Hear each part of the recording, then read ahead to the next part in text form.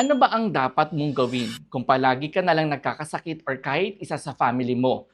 Ngayong Year of the Fire Horse 2026, mas malaki ang chance na ang katawan natin ay makokompromiso. Ganun na rin ang kalusugan natin. Pinapalakas din nito ang effect ng Illness Star number 2. At sa tulong nitong 2026 Divine Healing Amulet, ikaw ay makakaligtas sa mga ganitong problema. Mas magiging malakas ang pangangatawan.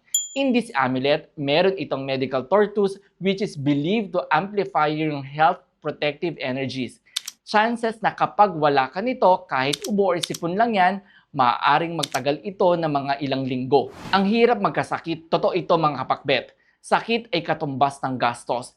Dagdag pa, ang amulet na ito ay meron din itong double wulu, Sao longevity symbol at Dui trigram. Tulong-tulong sila ito to protect your health. Para sa ibang feng shui tips and discussion, join and visit our official Facebook community, Kapakbet Community. Master Michael here, simplifying feng shui for everyone.